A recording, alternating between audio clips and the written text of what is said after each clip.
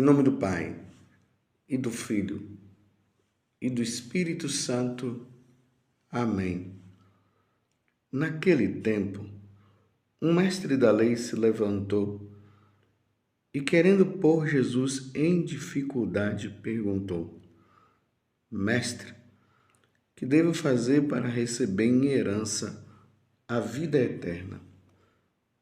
Jesus lhe disse: que está escrito na lei? Como leis? Ele então respondeu: amarás o Senhor teu Deus de todo o teu coração, com toda a tua alma, com toda a tua força e com toda a tua inteligência, e a teu próximo como a ti mesmo. Jesus lhe disse: tu respondestes corretamente. Faze isso e viverás. Ele, porém, querendo justificar-se, disse a Jesus: e quem é o meu próximo? Jesus respondeu: certo homem descia de Jerusalém para Jericó e caiu nas mãos de assaltantes.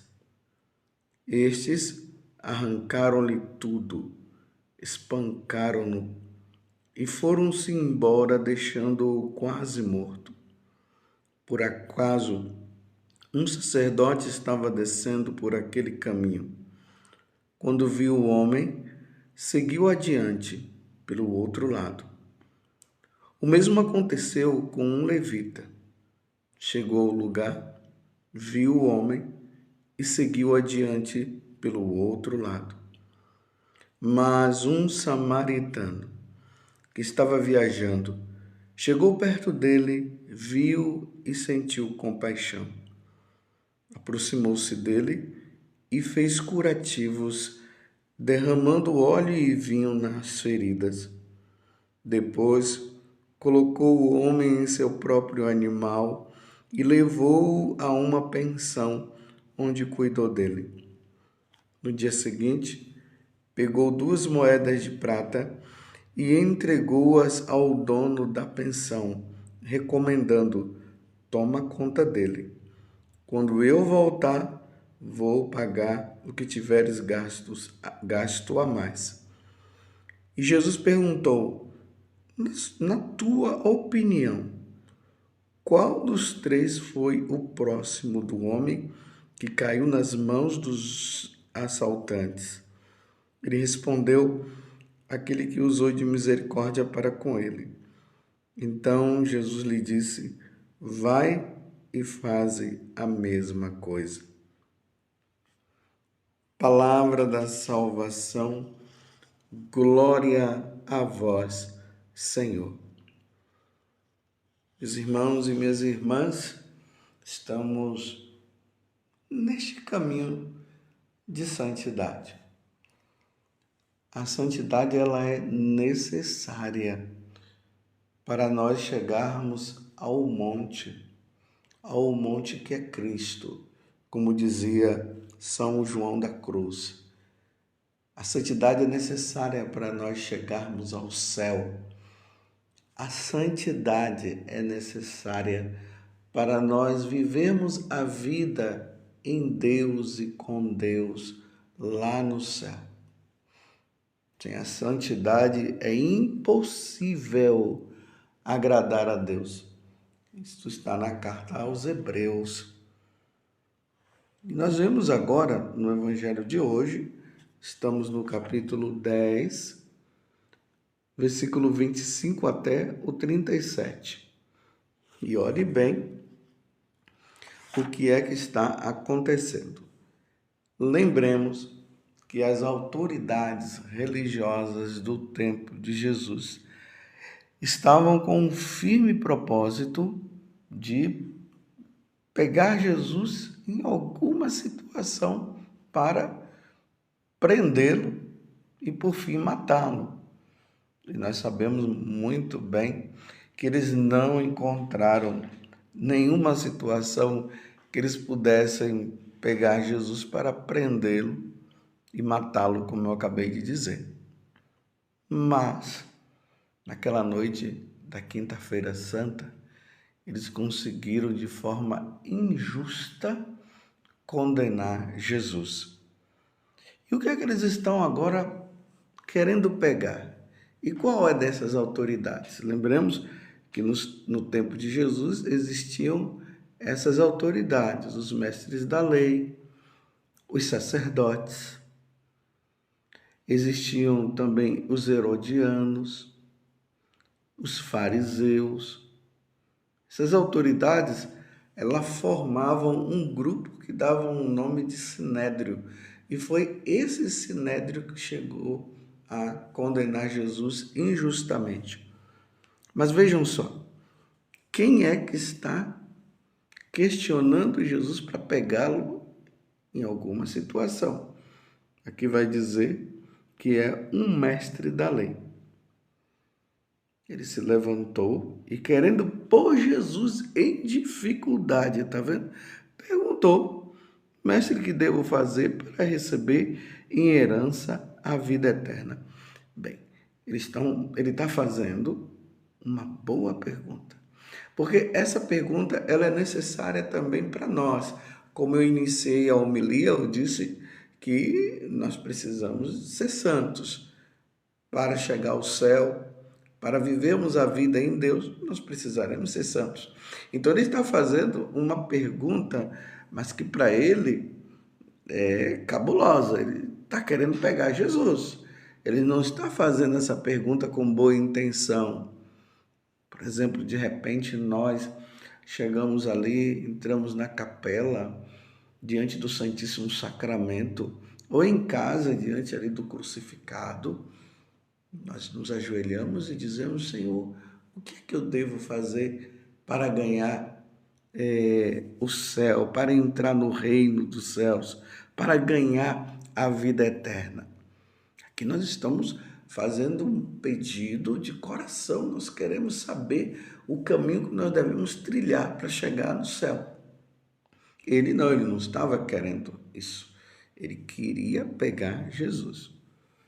Então Jesus é Deus e Deus é esperto.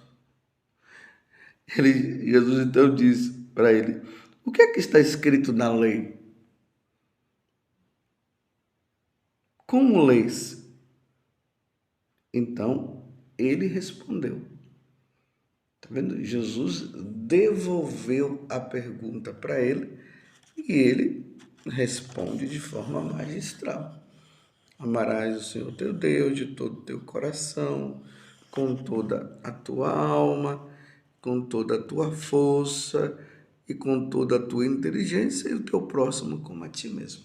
E aqui, meus irmãos, é preciso ficar bem claro que o Deus que ele está se referindo é o Deus da Sagrada Escritura.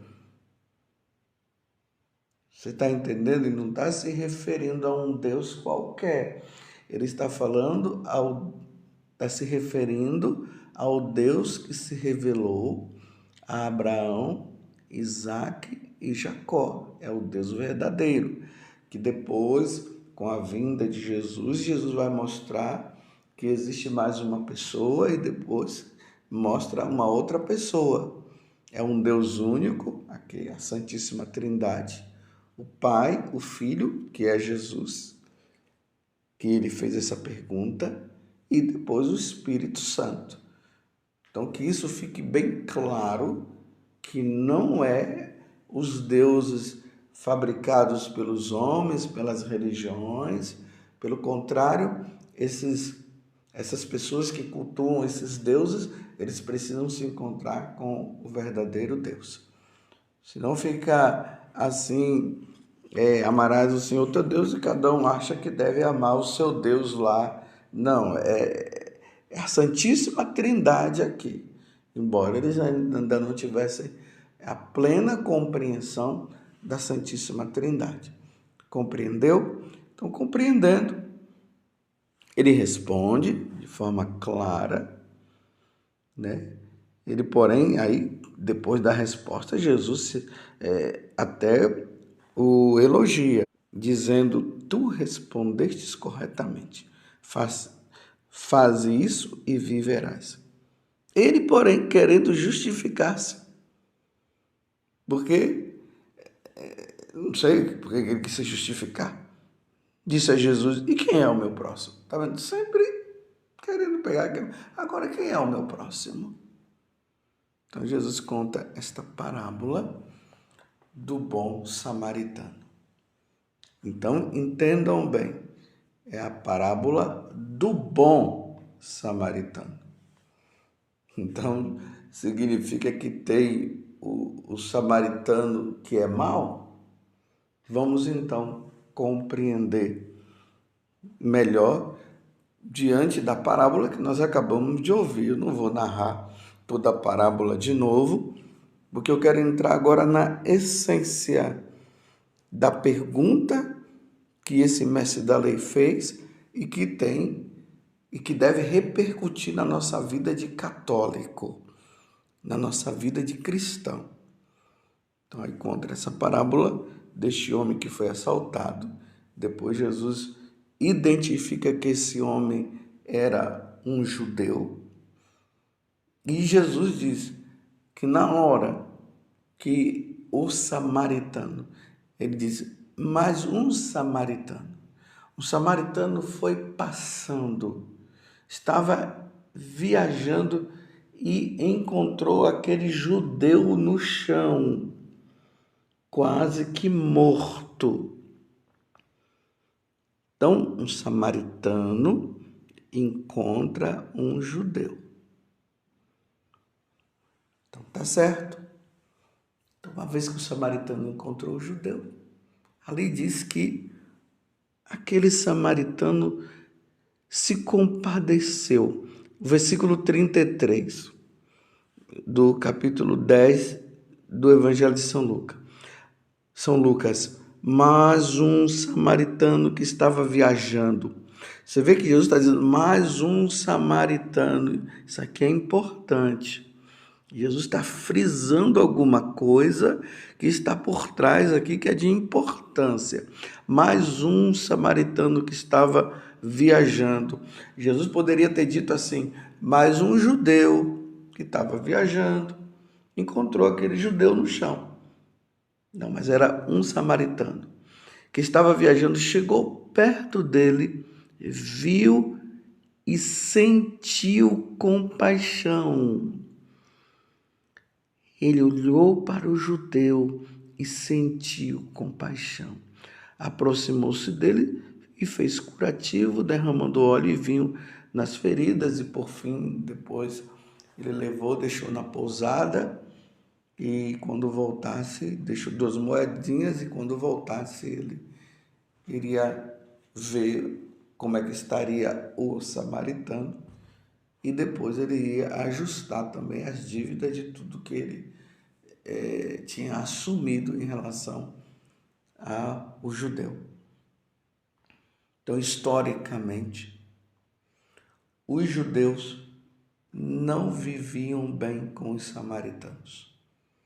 E os samaritanos não viviam bem com os judeus. Viviam em pé de guerra eles. Isso porque, na história, os samaritanos eram uma junção de pagão com judeu. Isso foi na época do exílio que aconteceu isso. Então, os judeus não viam os samaritanos com bons olhos. Então, quando eles viam um samaritano, eles cuspiam no chão.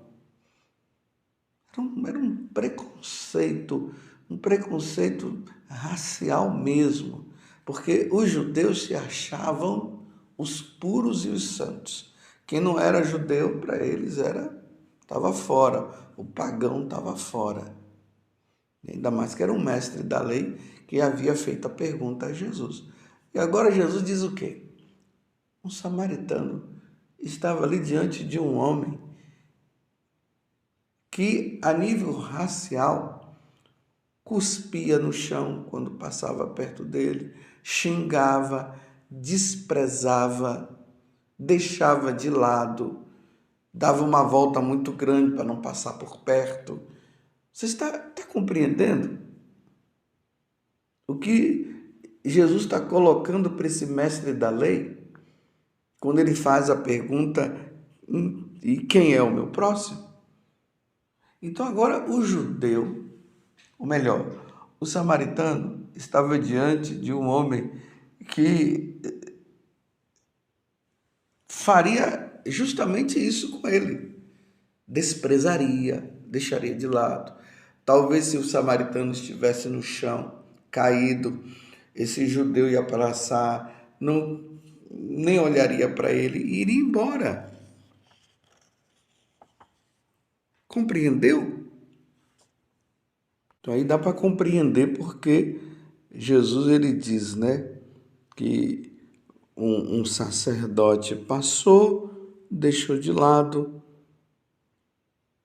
depois o levita também passou, deixou ele de lado, foi embora, seguiu o caminho, porque era um samaritano que estava ali, o desprezado. Então agora, de forma contrária, ou melhor dizendo, né? O sacerdote passou, eu me compliquei aqui, mas quero retomar. Então o sacerdote passou, viu aquele homem ali no chão. O outro foi, passou, deixou também ele ali no chão, foi embora, porque tinham que fazer as atividades próprias lá da vida, do rito, né? Do ritual lá no templo, mas o samaritano olhou e teve compaixão. Então, quem é o meu próximo, na verdade? O próximo não é simplesmente uma pessoa que é amiga, que está ali e eu passo, eu vejo e ajudo. Jesus está dizendo que o próximo é aquele que está necessitado. E não importa quem é a pessoa. A pessoa que está ali necessitada, que está caída no chão e está precisando de cuidado, pode ser aquele que adulterou, pode ser o seu esposo, pode ser a sua esposa que você não quer ver nem pintado. Aquela pessoa que está ali caída no chão, eu vou dar um exemplo assim muito acima dos acimas. É aquela pessoa que pode ter te abusado, que agora está no chão, está caído.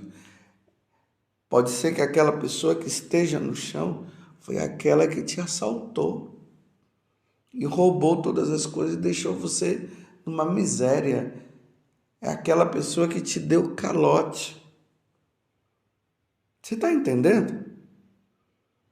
Que você poderia, ou eu, no caso, poderia chegar e naquele momento me vingar dela. Dizer ali, agora muito bem, bem feito. E ainda poderia dar um chute lá e até fazer um acabamento, né? Um acabamento no sentido de acabar mesmo. De estar ali a pessoa ainda está viva e chegar lá e fazer o resto, detonar com ela mesmo e ir embora.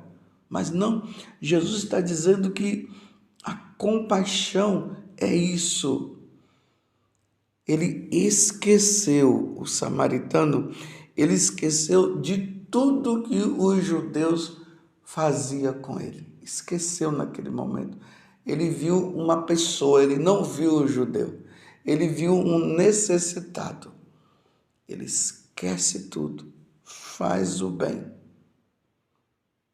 Fez tudo o que era importante. Curou ele ali, colocou o óleo. Depois, como ele estava em viagem, ele deixou ali naquela pousada, deu as moedas, olha só, deu 2 moedas para ele e disse, olha, cuida dele, quando eu voltar, eu ajusto as contas. Meu Deus do céu. Está vendo o que é amar o próximo e o que significa ganhar o céu? amar a Deus deve nos levar também a ter amor pelo próximo, porque é assim que Deus nos ama.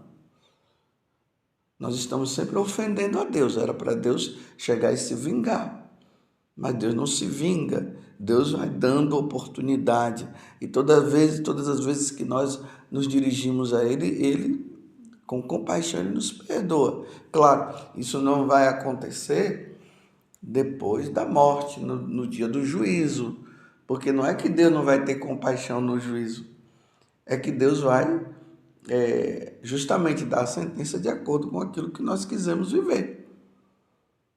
Então é um respeito que Deus está dando. Você não quis me amar, você não quis ficar comigo lá na terra, então agora, por direito de você não querer ter ficado comigo, por direito, então você vai ficar distante também de mim.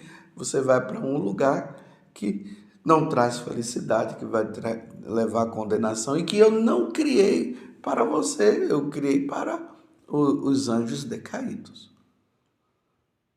Mas está entendendo?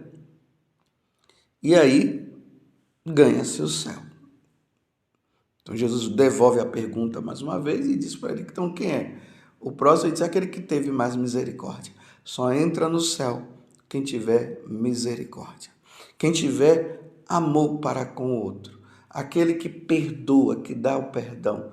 Ninguém entra no céu com ódio no coração. Ninguém entra no céu sendo vingativo. Só se entra no céu amando. E aquele samaritano demonstrou o que é o amor, através dessa parábola que Jesus contou.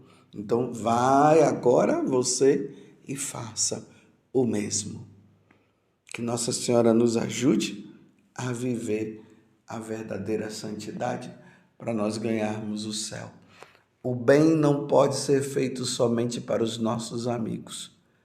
Devemos fazer o bem aos nossos amigos, mas muito mais aos nossos inimigos. Ó Virgem Santíssima, não permitais que eu viva nem morra em pecado mortal. Pecado mortal não hei de morrer, porque a Virgem Santíssima há de me valer. Valei-me, Virgem Santíssima. Louvado seja nosso Senhor Jesus Cristo, para sempre seja louvado, e a sua mãe, Maria Santíssima.